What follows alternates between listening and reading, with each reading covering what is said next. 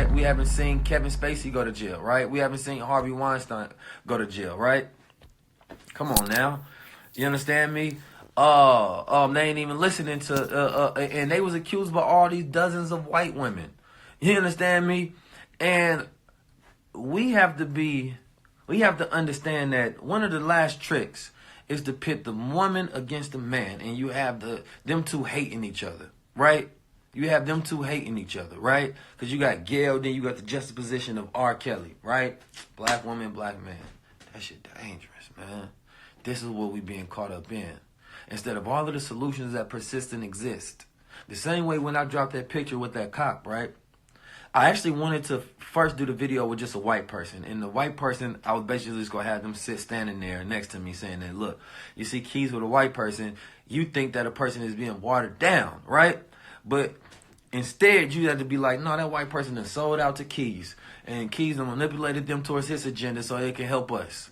Right? So that was really just the whole thought process. It's like shifting paradigms as far as what we believe our power is. Because when we stand next to somebody else, we think that they are the dominant. We think that they are the guy instead of looking at us as the guy, right? Because a lot of people are viewing through the lens of fear, right? So as soon as they see a cop and they see a black man, they're fearful for the black man's life. I don't want you to ever think that when you see a cop next to me.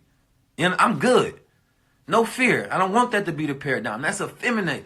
That means that as soon as you see the image, it lowers your testosterone. Makes you weak. Right? Makes you weak. Makes you fearful. Takes away your power, your control, and how you think about yourself and how much power you have. Nah. I ain't worried about their weapons. I ain't worried about none of that shit.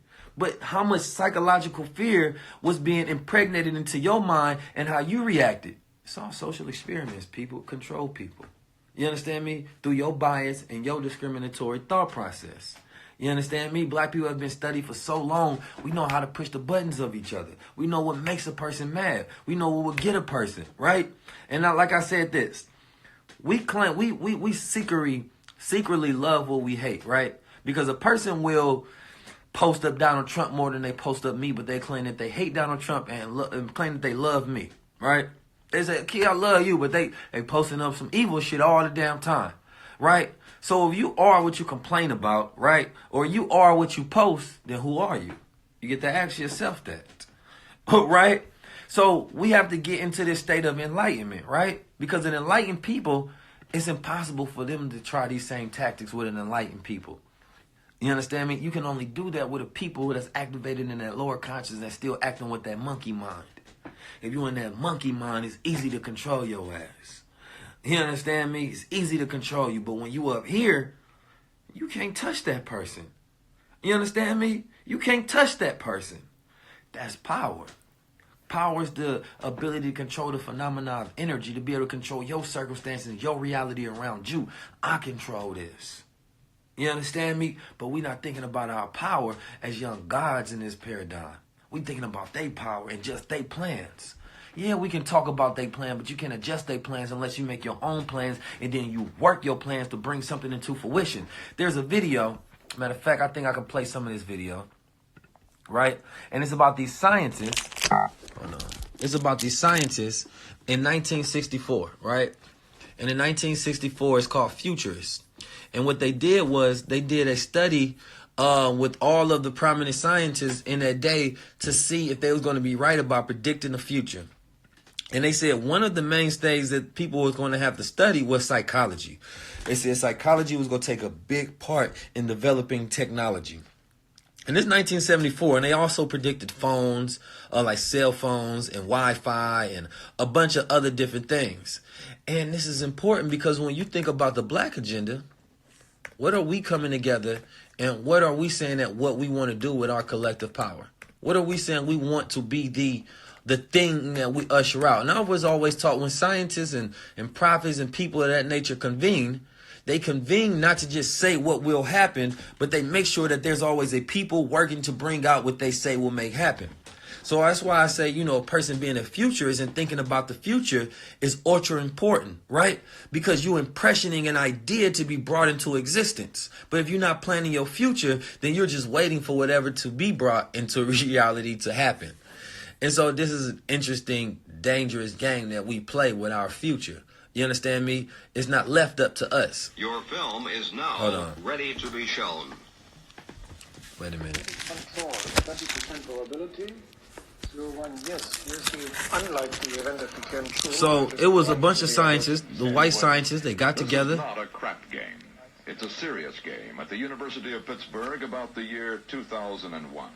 In 1964, they planned. Wait a minute. In 1964, they planned a game about what's going to happen in 2001? The Rand Corporation. With Theodore Gordon, he is conducting a simulation exercise. A panel of experts has studied a list of possible 21st century developments, from personality control drugs to health. From personality control with drugs. Whole robots. What that say? Decline in supernatural beliefs. They have estimated the numerical probability of each, from 0 to 100%. Y'all don't get this game that's being played out here. And y'all laugh at the conscious community, right? Y'all laugh at these brothers that be out here, trying to predict, the anomalies of what's going to happen in the future. But the only reason these white boys can be so bold in their game of predicting what's going to happen in reality is because they're also going to work to make sure that that is brought into reality. Y'all not thinking, though. You understand me? So it's not about the movie. The movie already took place. The movie already happened. We already living in the movie. The point of this thing is, it's not about the entertainment of even watching that movie. You understand me? But I might drop that on my IGTV or some shit. But the point of it is that we have to do the same thing, right? So I want to do a documentary called Futurists. I want to do the same concept. And it used to be black people also used to get together to talk about the black agenda. They used to put a list of items on the table and saying, this is what we're going to work outward towards. We no longer do that. Right? So if we don't have an agenda, then what would be the point of us coming together collectively for unity? Person that has no plan is left to his own chaos, right? If you don't have your plan, then your day can go anyway. That's when entropy can happen, right? But order breeds order, right? So if you want to organize an event, you want to organize a rally, you have to start putting things in order. You got to get this permit, you got to get that person, you got to get that person, and this person happen. The more order you have, the more things start to come together and form in an organization, right? But when you don't have any order, it breeds chaos. Like, oh, I'm not sure what we're going to do here. Well, since you don't know what you're going to do here, anything can happen at that time. Then since anything happened at that time, then anything happened, then you just have spontaneous chaos, right? So order breeds order.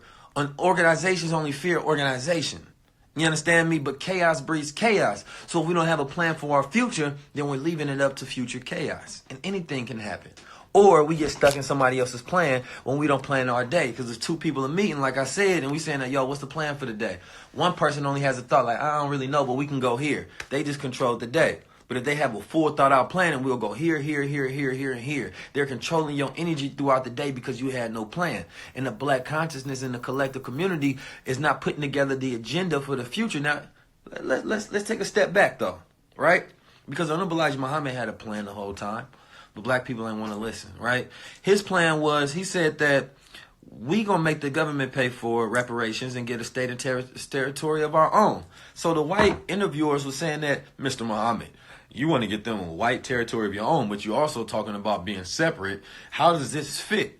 And Mr. Muhammad was saying that y'all owe us. This is the only way that we can consider any fairness coming out of you because y'all owe us this. He was basically saying this is the only negotiation that will happen between you all. There's no other negotiation that will happen. He's saying we don't separate and we have to do it on our own. It's going to take us longer, but the only negotiative process that I can have with you is based on what you owe me. We can't move no further. You understand me? So these black people was like, that man crazy for expecting that. And this is in the 60s, 70s, 50s. And then so what ended up happening, right? The Jewish listened, because white people are always listening. So the Jews was listening. And they said, damn, that sounds like a good plan. So what ended up happening is they gave the Jews the option to get a separate state of territory of their own. They offered them like some land in Africa. And then, of course, they end up getting Israel, right? Not only that, is they also end up getting billions and billions of dollars per year from this government for reparations. But like Brother Minister Tony was talking about as I was listening, because I got a lot of this information from when I went to the mosque, and he was saying that, You know, they basically stole what was supposed to be ours. And as we thought it was impossible, all they did was they infiltrated the government. And this was at a time where politicians and pastors were highly critical, you understand me, against all the government, you understand me, or against all Jews. They speak about this openly. JFK was killed after he spoke out about the shadow government. If you listen to this speech, he spoke about the shadow government. He spoke about Jewish controllers and entities, right? But what they do, they infiltrated, right? They infiltrated politics. They didn't go for the complaining. They went for the future. You understand me? They infiltrated politics, and then guess what? They end up getting what they wanted. Now a politician can't even talk. They can't even say nothing. What was that little the Somalian congresswoman? You understand me? They saying basically if she's not pro-Israel, then she's anti-America. That's how they was able to make that position happen. But when we're now a planning people, and when one person has a plan and you shun that plan instead of saying, well, goddamn, if you brought me the measurement of the earth, you brought me the theology of time, you brought me self-knowledge, you brought me a history of the world, you brought me all of these things, maybe your plan might be right. Maybe I can tap in with you. But the problem is that now you bring it back down to where we are in reality. You know, we're begging these politicians for reparations, and they barely even want to answer the damn question. Everybody was on Bernie Sanders, old ass nutsack. You understand me? And now Bernie Sanders was dodging the question, left and right, until he finally answered with a resounding no. I think we can look at a couple other things that may work. Man, this nigga about to die. Why he tripping? Because he thinking about the future. He not thinking about a future of black people in power with fairness, freedom, justice, and equality. Why would an old ass man like that even care, right? But he thinking about the future of his people. He not thinking about the future of your people. Yet everybody saying vote that man in. Why? Because we're selective. We have a pattern of selectivity. We have the crowd mind, so we want to do what will fulfill us now because he's made promises to us, or he makes seemingly fantastical idealism that he's prepared out that sound good to us, that made us feel good, like, oh, free, free, free, free, right? I was always taught you love the devil because the devil gives you nothing. Why they love Bernie Sanders? He ain't gave black people a dime. He ain't gave black people shit. But people love Bernie Sanders. Those same people that will vote for Bernie Sanders hate Minister Louis Farrakhan.